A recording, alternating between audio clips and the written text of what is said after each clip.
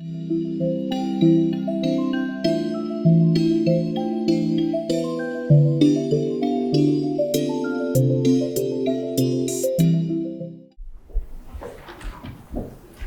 everyone. It is my distinct honor to introduce today's keynote speaker, Dr. Darris R.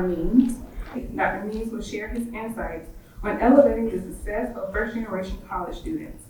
His keynote will provide us with a deeper understanding of the challenges and triumphs of first-generation students, along with actionable strategies and practices to reimage and enhance our support for these students. The presentation will culminate with the development of an action plan aimed at enriching our advising, mentoring, and teaching methodologies to better serve first-generation college students. Please join me in warmly welcoming my friend and keynote speaker for today, Dr. Darris R. Thank you, Kimberly. Good morning, everyone. It's so good to be here. And Kimberly, thank you so much for the introduction. And also a thank you to the Center for Teaching Excellence for the invitation to speak today. I also want to thank you all for being here. I'm looking forward to being in conversation with you all this morning. What you don't know from my bio is that I'm actually originally from South Carolina. So I grew up in Spartanburg, attended public schools in Spartanburg, and so it's great to be back here in my home state. So this morning, I really want us to spend some time thinking about how do we reimagine how we teach, mentor, and advise to better support first-generation college students. So to start, I want to talk more about who am I and how do I come to this work. So the first piece, I am a first-generation college student. So in this photograph are my grandparents, Johnny Means and Josephine Means. They're seated and they're surrounded by their 8 children. So my grandparents started to raise me starting in high school. And my grandparents had limited educational opportunities. They grew up in rural Spartanburg County during the 1930s and 1940s. Because of inequities that exist, because of their race, their class, growing up in a rural community, they had limited opportunities. So my grandfather, for example, was only able to go to school for less than a year and never had the opportunity to learn how to read or write. But despite that, my grandparents, I still view them as some of the most smartest people I've ever met in my life, and people who always encouraged me on my own journey and pathway to college. So they weren't able to help me with things such as the FAFSA. They weren't able to help me with understanding, and back in those days, you had to write college universities and wait for the mail to come so you can get a brochure to learn more about that college university. So they weren't able to help me with that process, but they always were encouraging during my process of thinking about going off to college. So I ended up going to Elon University as a first-generation college student.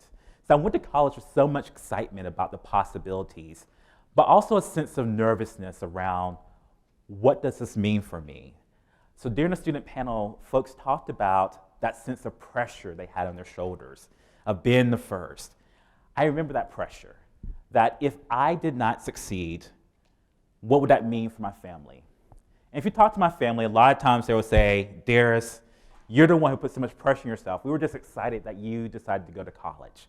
But there was that sense of pressure that I had to do this, that I had to pave the way, particularly for my younger brothers. So after finishing my master's degree at Clemson, I actually returned to Elon University, where I helped start up a college access program called the Elon Academy, a program for high school students with a financial need and or no family history of college. So I worked with that program for 7.5 years and worked on components like family engagement, helping students on the college admission process. And what was really special about the program is that after students graduated from high school and went off to college, I would go travel to visit them wherever they went. Most of the students stayed in state in North Carolina, but we also had students go across the country. And so during my time with the program over that 7.5 years, we had a 95% persistence rate, something I'm very proud of, and it's also been so exciting for me to continue to connect with those students. There's moments where I'm like, wow, I am definitely getting older. A few years ago, one of the students who was a part of our program ended up earning her master's degree in higher education, and currently works at Wake Forest. But we were having dinner together, and we were talking about her future goals, and she was talking about wanting to buy a home, and I was like, wow, time has really flown by. But that sense of connectedness to these students was so important for me because they were students just like me, navigating and being the first in their families to go to the college. So finally, who am I as I come to this work? I've spent the past 14 years engaged in scholarship around first-generation college student success, trying to better understand what are those opportunities and those resources that support their success, as well as trying to better understand what are the barriers that exist. And this is a photo of me with 2 high school students with us engaging in some scholarship. So I want to start off with a story from one of the participants in the study, a student named Anna. So Anna was a part of our high school program, and we did a study where we followed students out of the Elon Academy through their first year of college to understand what's your transition like, what has helped you through your first year of college. So Anna graduated and was at the top of her high school class, but she also went to a high school that was under-resourced. So questions around AP courses, they didn't have many. They had very few school counselors at that high school. And so Anna experienced some major challenges during her first year of college. So first, she faced some academic challenges. She found that a lot of her college professors assumed that students had taken some of these AP classes that were not offered in her high school. She also had a challenging time within her classroom where a lot of her classes were more conversational. And she was very used to, in high school, completing worksheets or focused on memorization. And she also found that she wanted to talk to her professors, but they appeared to be too busy. And so she didn't want to bother them. She was really concerned about, these people are really busy, and I feel like the problems I have may be an interruption to what they have going on. Not only did Anna have academic challenges, she faced some social challenges. Early on in her first year of college, she learned that her mother was being deported. And Anna really wrestled with this idea of, why am I here in college? Like, I should be back home helping my family and supporting my family during this traumatic moment.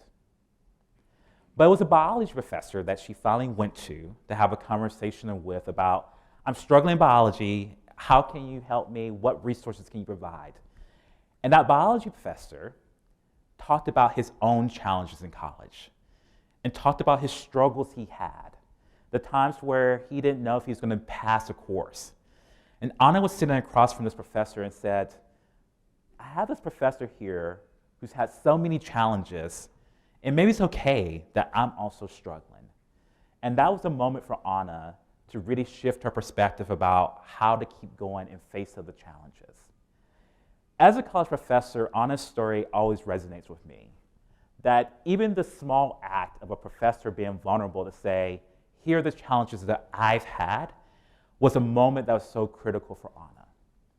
So for today, I want to talk about, again, how can we recognize that we all work with Annas in our classrooms? We all advise and mentor Annas. But how do we begin to continue to reimagine how we teach, advise, and mentor first-generation college students to better support their success? So my talk will be broken into 4 components. I'll give some background context about who are first-generation college students. I'll talk about 3 elements that are really key to further support first-generation college students. We'll have time for an action plan, so I want everyone to leave here with some type of goal or strategy that you want to move forward with to better support first-generation college students. And then we'll end with a conversation and Q&A. So first, who are first-generation college students? Shelley actually provided context for this already this morning about the different definitions for first-generation college students. These are 4 common questions that are used to define who are first-generation college students. And the most popular one that's used is that 4th question. Do you have parents or guardians who've earned at least a bachelor's degree? If not, you're considered a first-generation college student. The reason why this is the most popular definition is because it helps maximize access to resources and opportunities. So for using that final question, how many people in here are first-generation college students? So a lot of folks here. Thank you for sharing that. So let me give you some more context about who are first-generation college students. So out of all undergrads in the US, 1 out of 3 students are first-generation college students. And here at University of South Carolina, 1 out of 5 students are first-generation college students. There's also really important diversity among first-generation college students that we must also understand. First, in the US, 1 out of 3 first-generation college students or undergrads are over the age of 30. 1 out of 3 also have dependents. And about half of first-generation college students receive the Pell Grant, which is often an indicator of family income. This is really important because sometimes people make the assumption that all first-generation college students come from a family that's more low income, and that's not the case. But what's really important to understand here, with half of students who are first in receiving the Pell Grant, is to recognize that students may not always have questions about how will I pay for college, but there's questions also around how will I pay for food, how will I pay for housing. We also know right now there's a lot of FAFSA challenges with the rollout, so a lot of students are really stressed around, I don't have my financial aid award letter yet, so I don't know how much money I have to contribute to higher education. So this is really important to pay attention to. I was one of those students where I didn't have money for books, and I made the decision to put so many of my books on a credit card and paid a lot of interest on books over the years. So something that's really important to pay attention to. I was telling Kimberly earlier, that's been really important for me as a professor over the past 4 years. I have found books that students can access through the library. So that can be free for students so they don't have that financial burden. We also know there's racial diversity among first-generation college students that we don't always pay attention to. And so I think this is also really important to know about the racial diversity of first-generation college students. So first-generation college students bring many assets and talents and aspirations to higher education. But one of the challenges that exist are inequitable pathways to and through higher education. That's not about the students, but it's about the systems that we have in place and the structures that we have in place. So I'm going to provide some context around some of these challenges that exist. And so as I was doing research for this presentation, I went through some data for South Carolina to understand the experiences of public school students. So in South Carolina, for the class of 2015, within a year, 71% of public high school students who graduated for the class of 2015 enrolled in some form of higher education. So that could have been a technical college, it could have been a bachelor award institution, maybe a certificate program. If you look at the class of 2022 and the college going rate for South Carolina, that drops down to 63%. If you look at each year since 2015, that number has dropped for the state of South Carolina in that college going rate. When I was digging a little deeper, I went to the Lumina Foundation to identify some of the counties in South Carolina that had the lowest post-secondary attainment rates. And they define post-secondary attainment rate based on what percentage of adults have a certificate, an associate's degree, bachelor's degree, advanced degree. And these counties up here had the lowest attainment rates, which is often maybe an indicator of maybe counties that have more first-generation college students. But when you look at the college going rates for these counties, and I had to do some math here to get these numbers. I wanted the exact number, and so I had to do some math and really look at multiple set of statistics here. But these are the college going rates for the class of 2022 for South Carolina in each of those counties. And so you can see it's well below that 63% college going rate for many of these counties. Again, this is not about an achievement gap. I actually don't like that terminology, achievement gap. We're talking more about an opportunity gap. So thinking about what resources, what networks may need to be put in place to support the college going rate, particularly for these counties. So once we get to the actual college experience, we know there's some gaps around experiential learning opportunities for first-generation college students. So RTI International, they surveyed about 20,000 students around experiential learning opportunities. And they found gaps that exist between first-generation college students and continuing generation college students. So something for us to pay attention to as we're working with first-generation college students, particularly if you're in one of these offices that maybe you're leading internship opportunities or career center or study abroad, thinking about what opportunities exist to support students in having access to these experiential learning opportunities. So when we get to attainment rates, we know that 1 out of 5 first-generation college students graduate with their bachelor's degree within 6 years. And when I pull up the post-secondary attainment rates by state, so states in the region, we can see here that South Carolina is ahead of Tennessee and Alabama, but also below Georgia, North Carolina, and Virginia. And we also know there's some racial equity issues within South Carolina when it comes to attainment rates. So we can see for adults who identify as being Native, Indigenous, Black, Hispanic, those post-secondary attainment rates are much lower.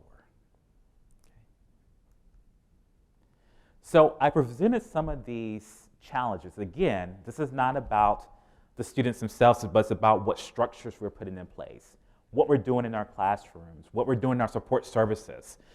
So I want us to think about how do we begin to reimagine how we teach, how we mentor, in the face of these inequities that exist.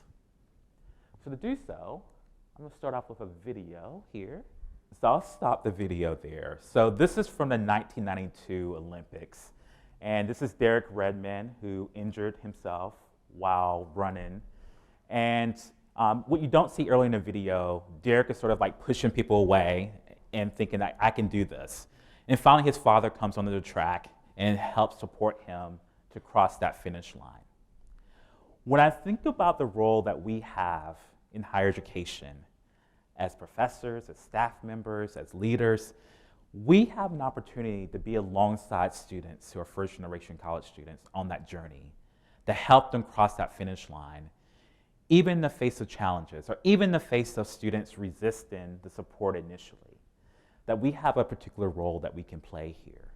And why is that so important? We know from research, when we think about good mentorship, good advisement, good teaching, that it can lead to increased persistence and retention, increased sense of belonging, increased resilience for students, and also the sense of validation, that you feel like you academically belong, that you personally belong in higher education.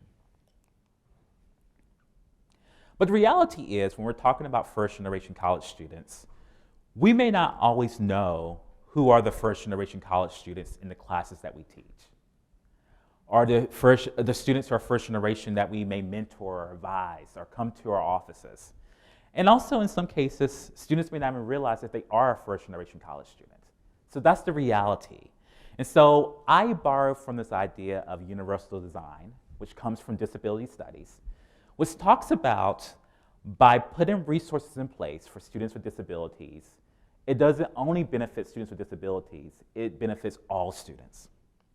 So as I'm presenting today, I borrow from universal design to say, we may not know who all the first-generation college students are, but by putting some resources, really thinking about how we approach, how we teach and advise, not only does this benefit first-generation college students, it benefits all students.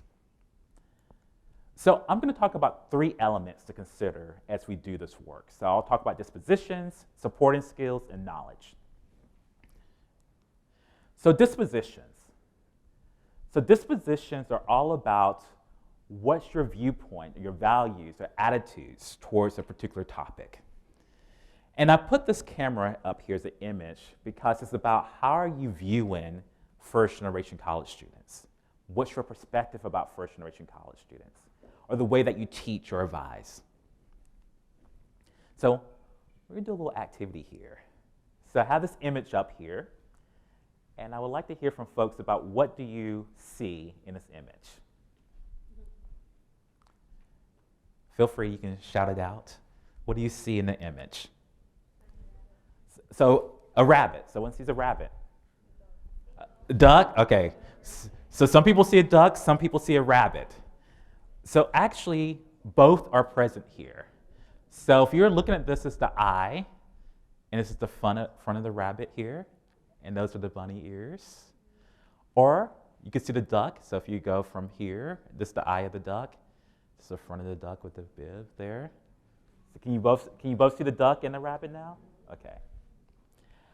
I show this image because changing dispositions means that we have to expand how we're viewing first-generation college students.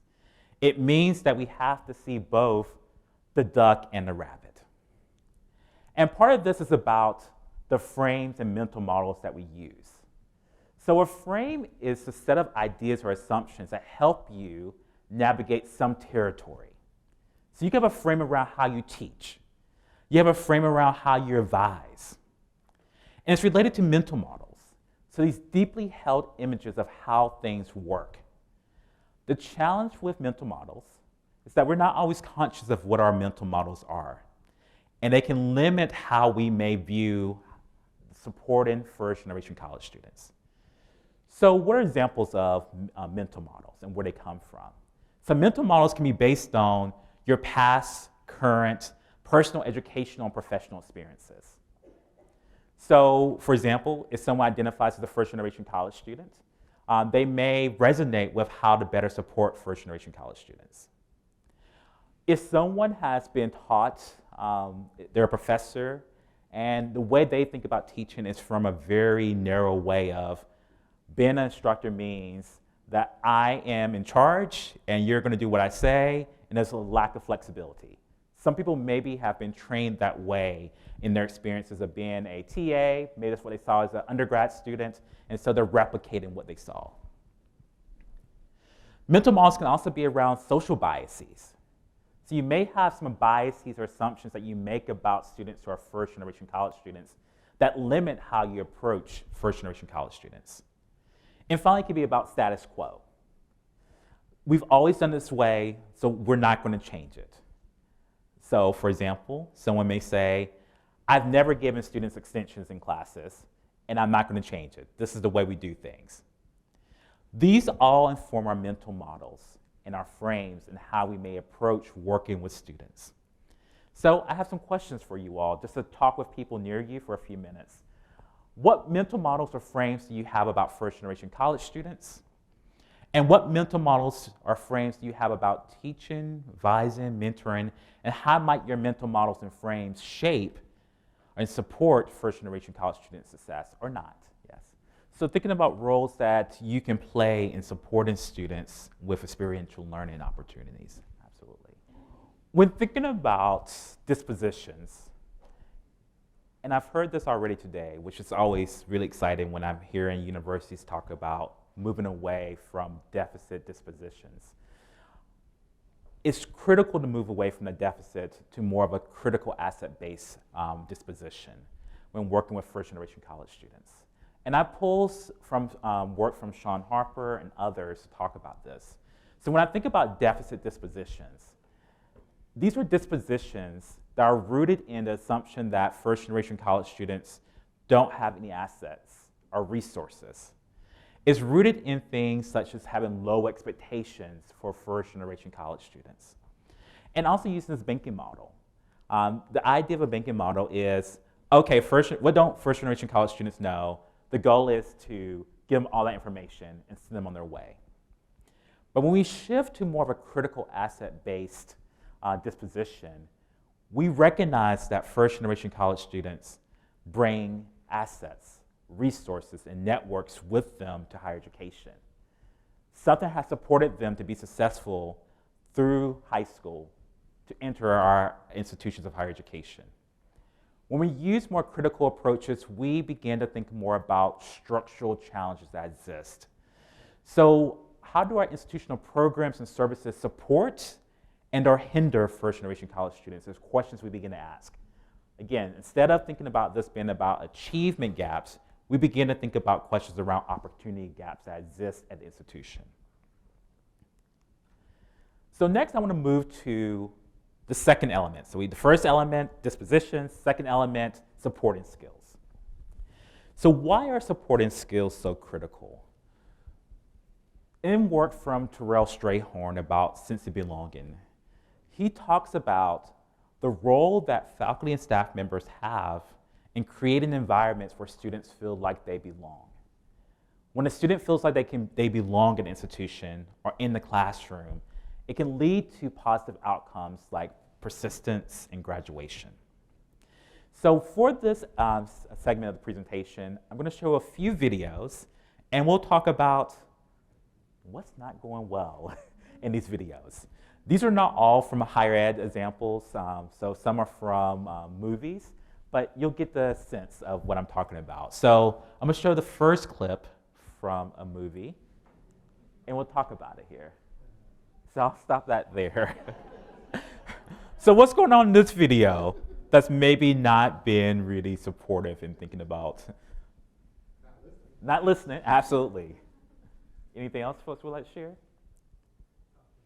Yes, a lot of talking over. Okay. Thinking that he knows what the person needs, but not listening to what the person is saying.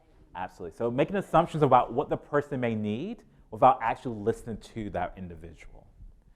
So I show these videos. I know they're more extreme. And I still think about the story of Anna all the time, about how she was so nervous to talk to her professors because they would say things sometimes around, I'm so busy. And they'll talk about that in the classroom, and it would register for Anna, and I'm sure other students too, to say, maybe this person's too busy to help me and support me. So while the list I have up here seems very basic, it's really critical that we're thinking about these supporting skills as we work with students. So are we showing empathy and understanding for students? So really listening to what they're navigating and not making assumptions about what they are navigating. Having positive regard for the students that we work with. That active listening and also attending behaviors. That's been really important to me, that whenever a student comes into my office to meet with me, or in these days sometimes meeting with students via Zoom, it's important that I'm actually attending to what they're saying and listening and not trying to multitask.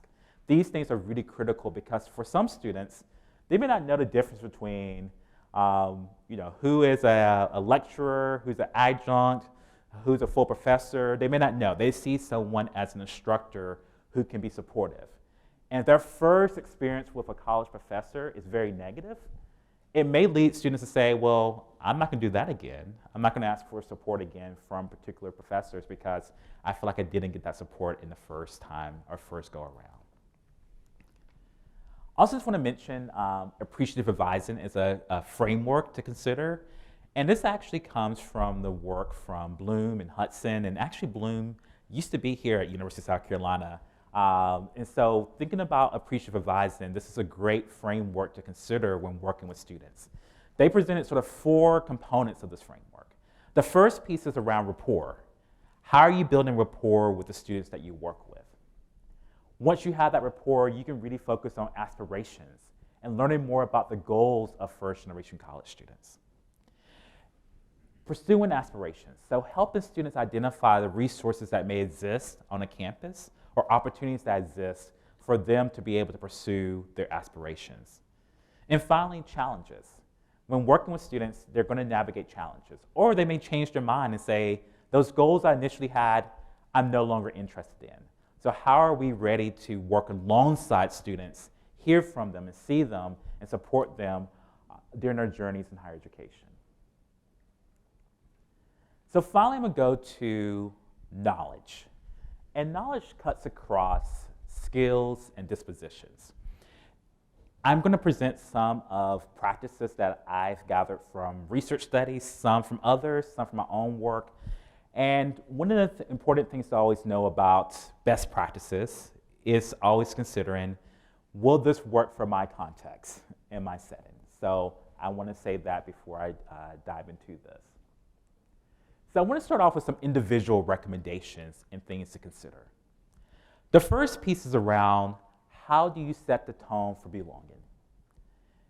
If that is an office, so you're in more support services or a student affairs office, or that's in the classroom, how do you set the tone that people belong on day one?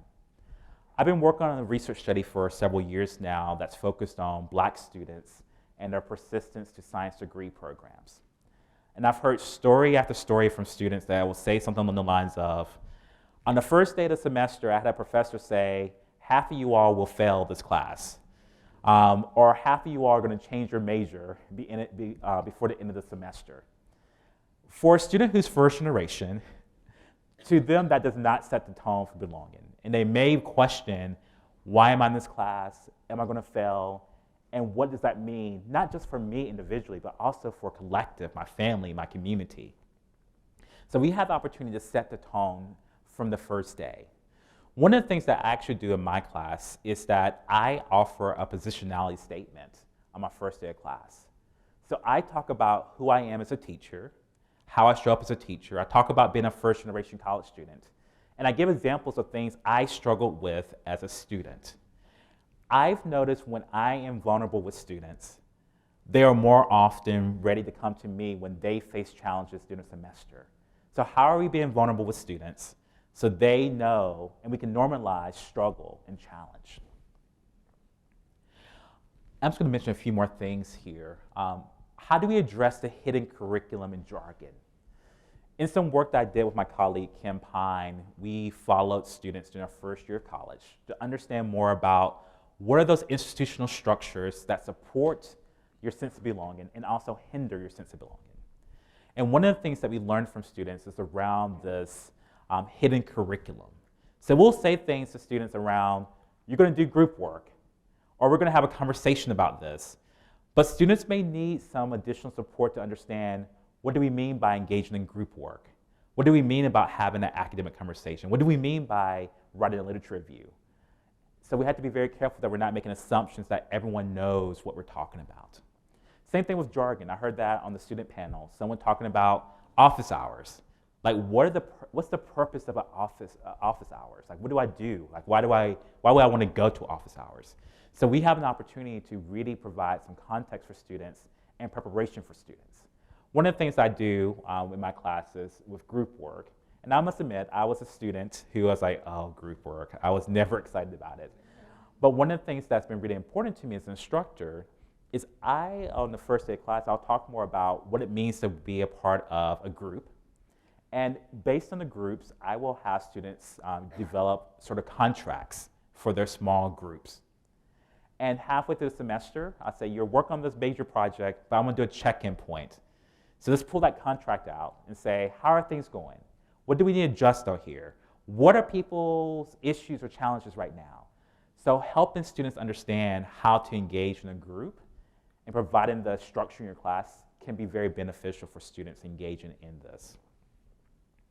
And the final thing I'll say on this slide is about being familiar with campus resources and policies. So when we're familiar with resources and policies, we can also share that with students. I've gained this from other researchers and other instructors, but one of the things that I do now for all of my syllabi is I have a basic needs statement. And so I say something along the lines of, if you find yourself housing or food insecure, you're welcome to reach out to me, and here are some resources that exist at the university. Same thing with mental health and well-being. If you are struggling, here are some resources that exist at the institution. So sharing that with students in your syllabi, but also reminding students about that throughout the semester. A few other things I'll mention on here is, first, you all are here to engage in learning more about how to support first-generation college students. And I think that's really key, that we are continuously learning more about how we can be better advocates and champions for first-generation college students. I think hearing from the student panel today is critical. So hearing from students on your campus about what they're navigating. So I'm going to jump into some more program departmental things to consider when working with first-generation college students. Some of these things you're already doing, but some of the things to consider with working with students is that third point of developing support structures for students to build community and build those relationships. So if you have a program, what opportunities do you have for students to come together? It's also been important for me in my own classroom to build that structure into place. So one of the things that I do, I often put students in learning circles and say, this is your learning circle for the semester. These are people that you can come to talk with, and I provide some time for students to have some networking opportunities with their learning circles. But particularly at the start of the pandemic, students were really hungry for that connection. And so that was a way for students to have that automatic connection within my classes. The final point I'll mention on this slide is recognizing the intersection of identities. So as you are looking at institutional metrics of success, looking at how identities intersect and may shape persistence and retention for students. So what are your experiences for first-generation college students who have disabilities? What are your experiences for first-generation college students who are also low income? So really paying attention to that and making sure we don't assume that all first-generation college students are the same. And again, I'll just mention a few things on this slide. But one of the things to consider is how are we celebrating and welcoming families and students? So for the university, and maybe you already do this, do you have events before students even enroll, once they're admitted as first-generation college students, to celebrate and say, we're glad you're here? Are there things that happen during your welcome week, during your orientation for first-generation college students and their families? And also think about those celebrations. So how are you celebrating first-generation college student success? So having first-gen days, having graduation ceremonies. So thinking about ways that we're championing and celebrating first-generation college students. And the last thing I'll mention on this slide is thinking about policies and procedures. So within our departments, are there policies that we have in place that may be hindering first-generation college student success? Are there things that students are telling us is like, this is a challenge for me that I'm negotiating? So how do we review those policies? How do we hear from students and make changes to policies and procedures that we may have in place? So I'm gonna stop there because I want to get into action planning. So you've heard me talk about dispositions, supporting skills, and then some recommendations for how we can improve practice. So I want you all to think about some action around a takeaway from this presentation or something that you've heard already today, maybe from one of the earlier presentations, from the student panel, one thing that you want to do that's in your circle of influence to make an improvement for how you support first-generation college students. So I'm going to start with first setting a goal. So I would like each person to come up with one goal they have to elevate support for first-generation college students. So your goal could be something like, my goal is to build better rapport with mentees and advisees. Maybe increase the number of students who are coming to my office hours. Increase the number of students who are seeking support from across campus.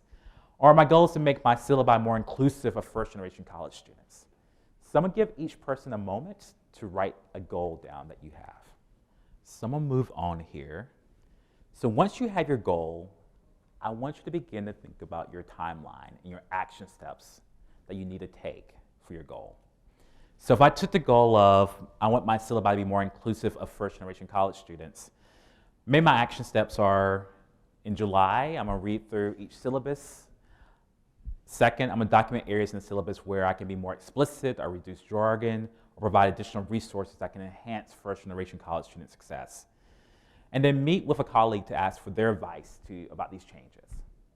So I'll give you a moment to think about your timeline. Again, I know I'm going through this pretty quickly, but the last thing I want you to do is consider how will you measure success and what are some accountability structures you'll put in place. So again, I'm taking the same goal of making my syllabi more inclusive.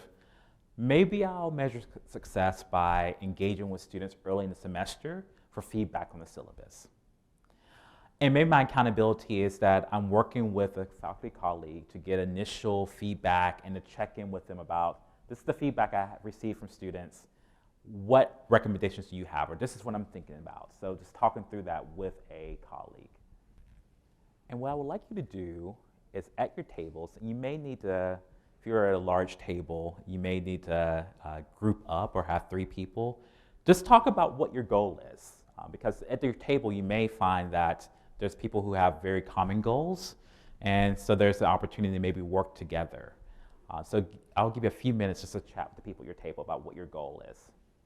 All right, so I know it wasn't quite enough time, but we have time for maybe 2 people to share. So I said that my goal is to connect more of the first generation students through TRIO OSP with alumni mentors. We had an initiative that was kickstarted this year. Nice. And while it is going well, I want to always make sure that I increase it so that all of our students have that network and know that they can also get back to the programs they need.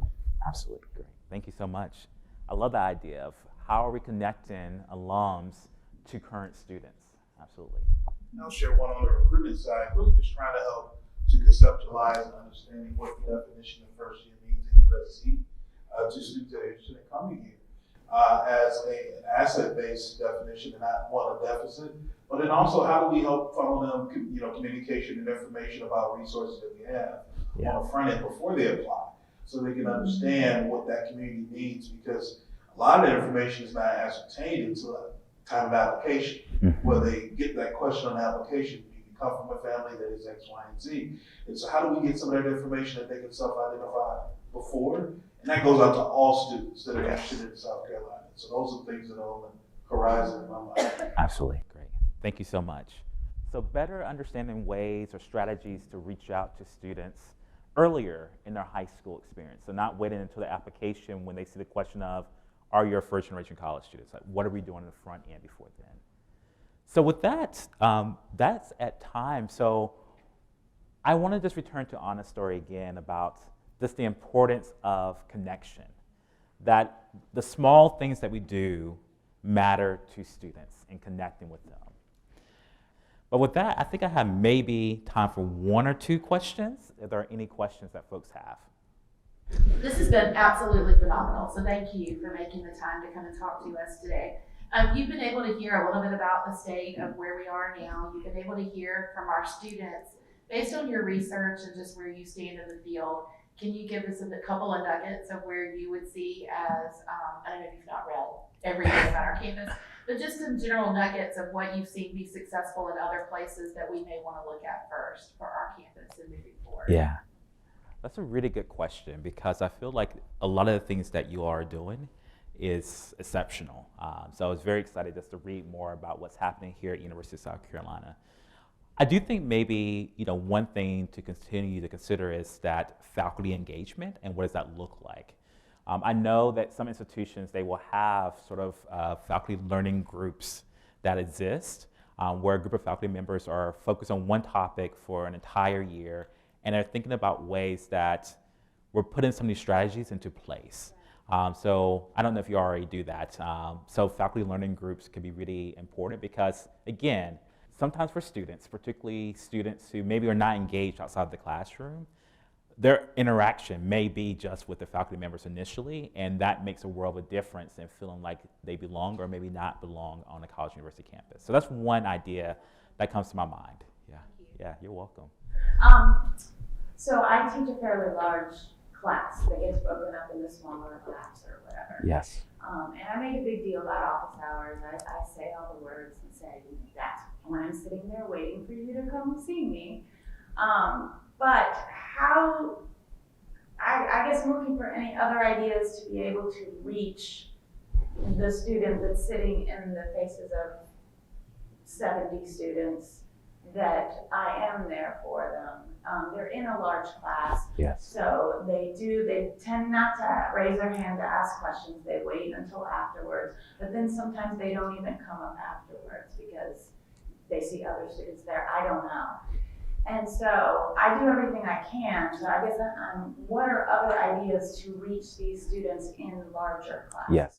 And in the larger class, just for clarification, Do you have TAs for those breakout sessions or no? Okay, yes, okay. So my initial thought here is, I think first, as I shared earlier, about how are we being vulnerable with students? How are we sharing who we are? Because again, I think if we normalize our experiences navigating college and our challenges and how maybe we have to seek out support at some point, I think that normalizes for students. So that's the first thing I would say. How can we on the first day of class set the tone for students that struggle and challenge is normal and seeking support is also normal? So that's the first thing. The second thing I would say for those larger classes, think about ways that you can work with the TAs to also understand how are they setting the tone for belonging.